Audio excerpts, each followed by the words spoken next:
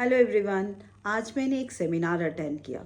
Seminar की topic थी mental health and wellness, जिसमें हमने एक केस स्टडी किया। एक बच्ची को डॉग बाइट के बाद डॉग से इतना डर लगने लगा कि वो डॉग को देख के, उसकी आवाज़ सुन के, यहाँ तक कि उनके पेरेंट्स अगर बात भी करते थे डॉग के बारे में तो उसे पैनिक अटैक आने लगते थे।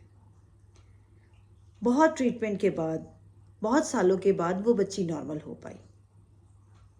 उस कहानी को सुनकर मुझे मेरे बच्चों की बचपन की कहानी याद आई। दरअसल हुआ ऐसा था कि मेरा बेटा बहुत बीमार हो गया था। संडे का दिन था, क्लिनिक बंद थे। मैं उसे लेके डॉक्टर के घर गई।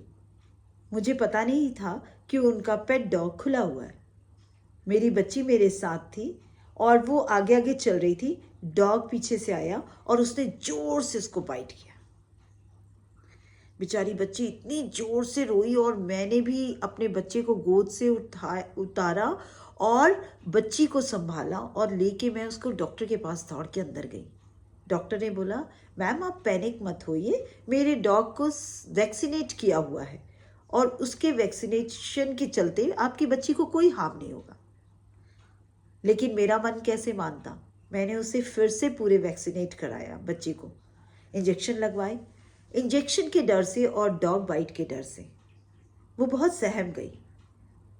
अब उसने बाहर निकलना बंद कर दिया था, क्योंकि हमारे आसपास के घरों में भी सभी के पास पेट डॉग थे। मैं एक तरह से तो खुश थी कि मेरी बच्ची अब घर से बाहर नहीं जाती है, मुझे उसके हाइजीन का ख्याल नहीं रखना पड़ेगा। वो घर में रहेगी तो मुझे उसके बार बार हाथ नहीं धुलवाने होंगे, उसके कपड़े नहीं चेंज कराने होंगे। और मैंने ये सिचुएशन टाइम पे छोड़ दी कि टाइम ही इसको हील करेगा। थोड़े सालों के बाद ठंड का मौसम था और मैं बड़ी कोजी होके सो रही थी और मुझे नीचे से बहुत ज़्यादा कुत्तों के रोने की आवाज़ आई। जैसे ठंड में वो कहराते हैं ना, वैसे वो रो रहे थे और करा रहे थे।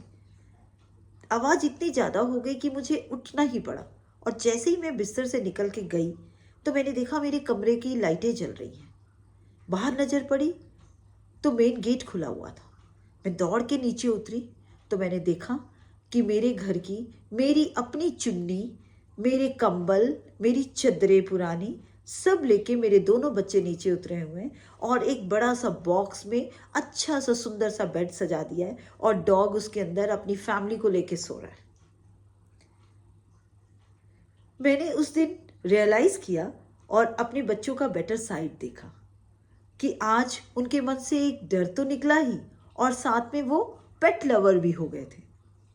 आज मेरे घर में एक गोल्डन रिट्रीवर है और 3 पर्शियन कैट्स हैं और तीनों को मेरे बच्चों ने इतना अच्छा ट्रेन कर रखा है कि कभी भी कैट या डॉग की लड़ाई नहीं होती।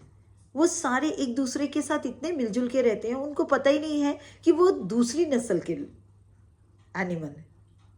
और ये चीज़ हमारे घर में जो भी आता है वो नोटिस करता है और बड़ा खुश होता है कि आपने अपने डॉग्स को, अपने पेट्स को कितना अच्छा ट्रेन किया है। और ये सारा क्रेडिट्स मेरे बच्चों को जाता है।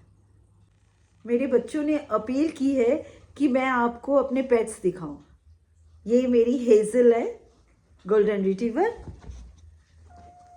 This is my Persian cat snow